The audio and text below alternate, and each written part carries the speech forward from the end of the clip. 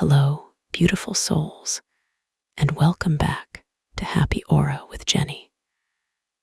I am so incredibly grateful that you have carved out this time for yourself today.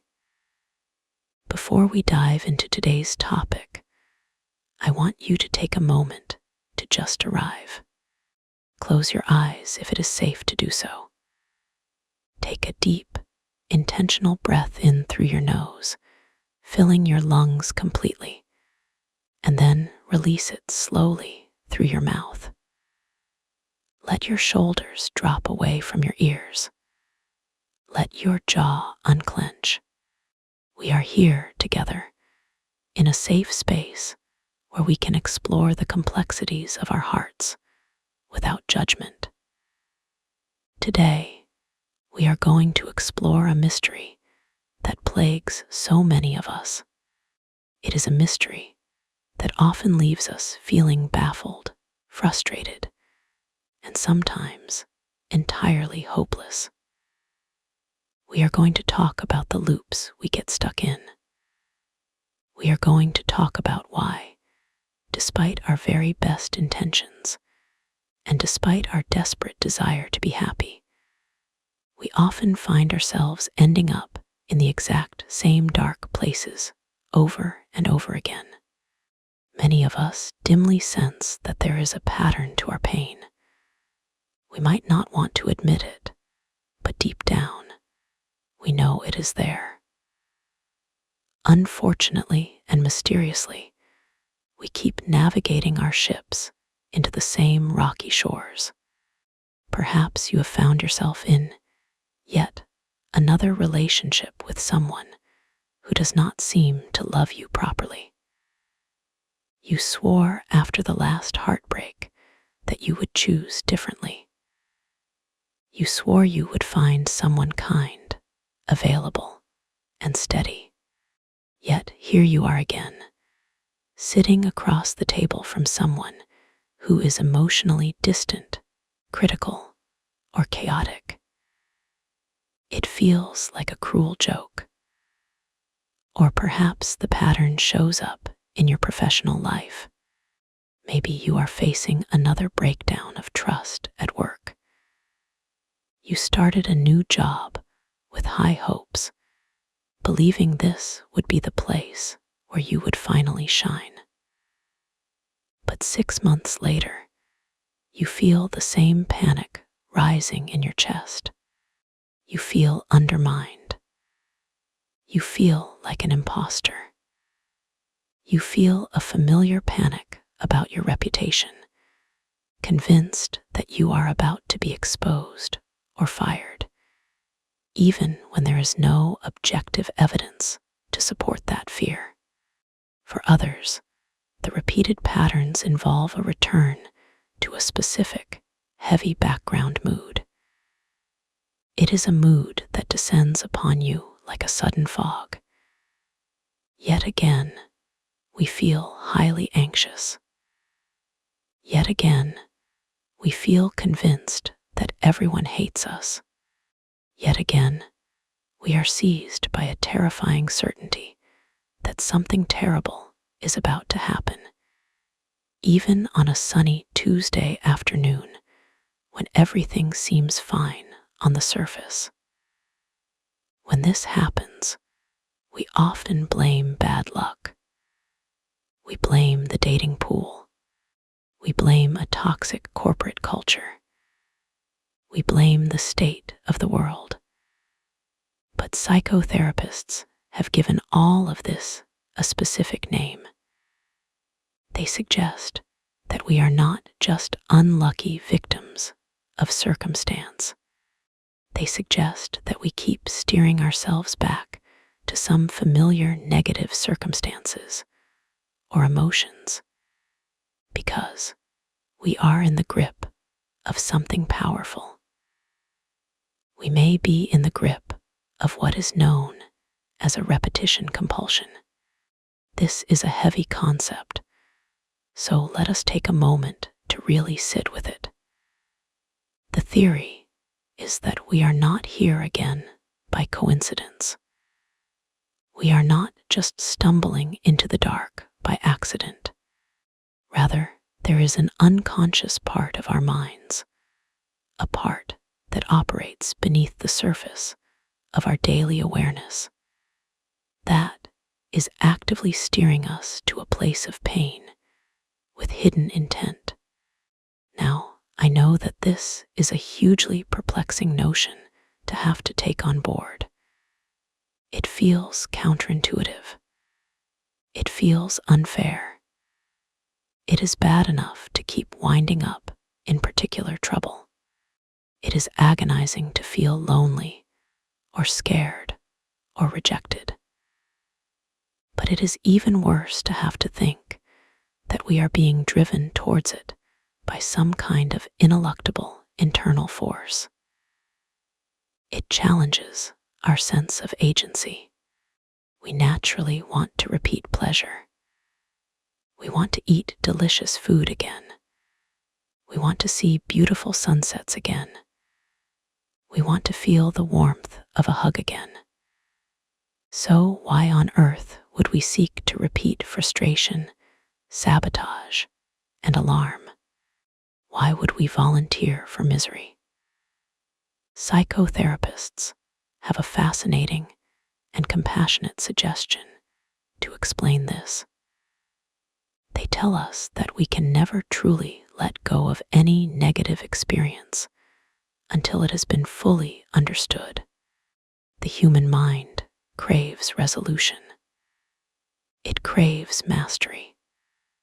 An issue will remain active for us, vibrating in the background of our psyche, even if it is decades old, so long as it has not been acknowledged and its emotional resonance identified and allowed to dissipate. The experiences that we are driven to repeat are, these therapists go on to say, precisely those that we have not been able to square up to in the past.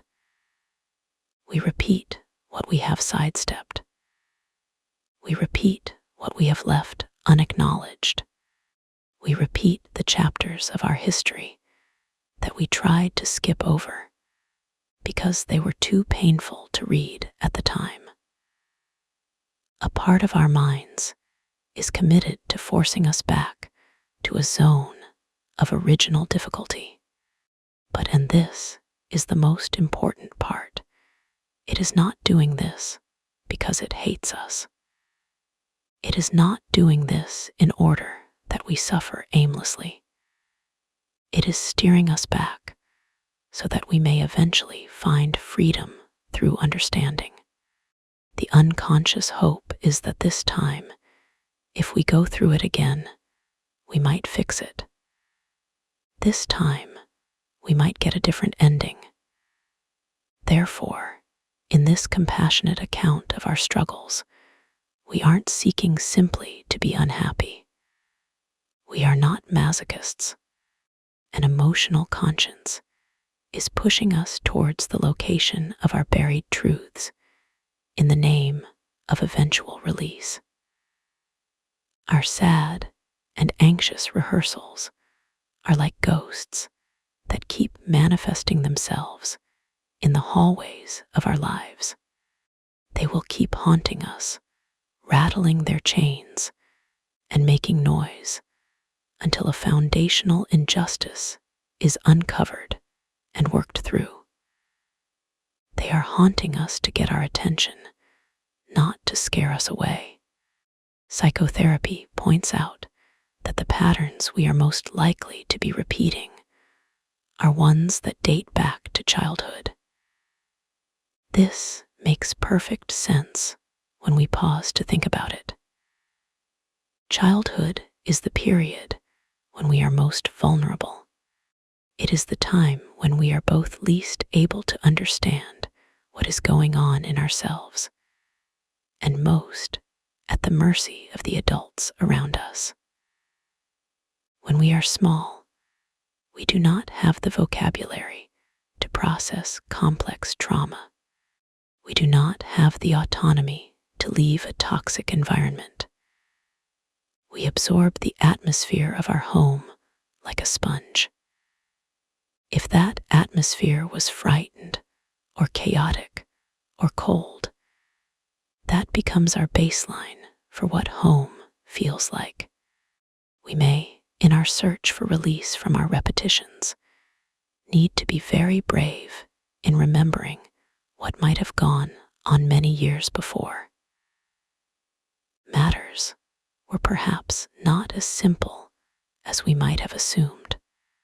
We often rewrite our childhoods to make them more palatable. We say, "Oh, my parents did their best," or "It wasn't that bad." And while that may be true, it does not negate the impact on the child you were. If we keep nowadays finding ourselves in a panic that someone will try to humiliate us, we have to ask where that fear started. If we seek love from distracted and incapable people, we have to ask who was distracted and incapable when we were 5 years old. If we spoil our professional chances just as we are about to succeed, we have to ask why success feels dangerous to us. We may need to wonder how our negative patterns might be following in the tracks of earlier pains. The blueprint was drawn long ago, and we are still building houses according to that flawed design. What our impulse to repeat is in essence inviting us to do is to pause. It is asking us to stop running. It is asking us to stop blaming the external world and turn our gaze inward. It is inviting us to mourn. This word, mourn, is usually reserved for funerals. We think of mourning only when a physical death has occurred. But in the landscape of emotional healing, mourning has a much broader and more vital application. Just as we have to do when someone we love dies, we need to stop evading our suffering. We need to give ourselves time to absorb it from a range of angles at multiple points of day and night, and in relation to different moods. We have to mourn the living losses. We have to mourn the abstract losses. We may have to mourn that our father's sexuality was far too complicated, and that it cast a shadow over our own understanding of intimacy. Maybe his confusion or his hidden life made us feel that secrets were a necessary part of love. We have to grieve that. We may have to mourn that our mother couldn't deal with our vulnerability. Perhaps she was so overwhelmed by her own anxieties or her own unhealed traumas that she could not hold space for our tears. When we cried, maybe she pulled away or told us to stop being so sensitive. So, we learned that having needs pushes people away. We have to grieve the comfort we never received. We may have to mourn that a sibling was favored. That seemingly small injustice, day after day, year after year, can install a deep belief that we are second best. It can create a lifelong drive to prove our worth, or a lifelong resignation that we will never be chosen. We have to grieve the loss of being celebrated for who we are. Or perhaps we have to mourn that we have made a mess of our adult love lives because we have grown up without an ability to trust or assert ourselves. This is a very painful form of mourning because it involves forgiving ourselves. It involves looking at the wreckage of our past relationships, not with shame, but with compassion for the younger version of us who was driving the car without a map. We have to forgive ourselves for not knowing what we did not know. The reward for doing this painful work is immense. It is the only path to true liberation. The reward is that eventually our minds can be expected to relent. The pressure valve will finally release. Once we have kept an appointment with our primal griefs, we can gradually hope to drift away from them. When we finally face the ghost, acknowledge its presence, and listen to its story, it no longer needs to haunt us. The energy that was trapped in the loop is freed up for living. We can drift away from the patterns to which these griefs have given rise. The part of us that isn't able to rest until the truth has been exhumed will let us plow new tracks. This is a beautiful metaphor. Imagine a field covered in deep snow. For years, you have been walking the same path, treading the snow down until it is a deep, icy rut. It is easy to walk in that rut because the path is already made. To step out of it is hard. The snow is deep, the resistance is high. But once the unconscious mind is sufficiently convinced that we have finally mourned and understood, it gives us the strength to step into the fresh snow. It allows us to plow new, less frightened tracks. We can start to build relationships that feel different. We can start to work in environments that support us. We can start to live with a background mood of peace rather than dread. This process of mourning is not a one-time event. It is a practice. It involves sitting with the discomfort rather than distracting ourselves from it. When that familiar feeling of rejection comes up, instead of immediately texting an ex or pouring a glass of wine, we sit with it. We say, I recognize this feeling. This is the feeling of being small and overlooked. I am feeling it now, but it belongs to the past. By engaging in this dialogue with ourselves, we bridge the gap between the wounded child and the capable adult. We become the parent to ourselves that we never had. We provide the safety we were missing. And slowly, the compulsion to repeat the trauma fades because the trauma has finally been heard. It takes tremendous courage to look at these things. It is much easier to believe that all men are terrible, or that all bosses are tyrants, or that the world is just a dangerous place. To admit that we are co-creating these realities through our unhealed wounds requires a level of honesty that is rare. But you are capable of that honesty. You are capable of that bravery. I want to encourage you to be gentle with yourself as you navigate this. If you identify a pattern today, do not judge yourself for it. Do not say, oh no, I am doing it again. Instead say, ah, I see you. I see this pattern. I am ready to understand you. Remember that this is a journey of layers. You might mourn one aspect of your childhood, feel better, and then a year later, another layer surfaces. That is not failure, that is progress. That is your psyche trusting you enough to handle more of the truth. So, as you move through your week, pay attention to the loops. Pay attention to the recurring themes. When you feel that familiar pang of anxiety or that familiar sting of rejection, pause. Take a breath. Ask yourself, how old do I feel right now? The answer might surprise you.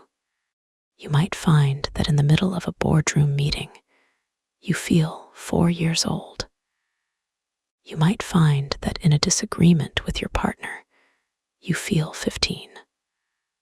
Honor that feeling. Grieve for that younger self. And then remind yourself that you are here now in the present with resources and wisdom that you did not have back then. You have the power to choose a different response. You have the power to step out of the rut. Thank you so much for exploring this deep and meaningful topic with me today. It is an honor to walk this path of self-discovery by your side. Remember that your past does not have to dictate your future. You are writing a new story, one day at a time, one moment of understanding at a time. Until next time, keep your aura bright, keep your heart open, and be incredibly kind to yourself. You are doing the hard work, and it matters. Sending you so much love and light. Goodbye for now.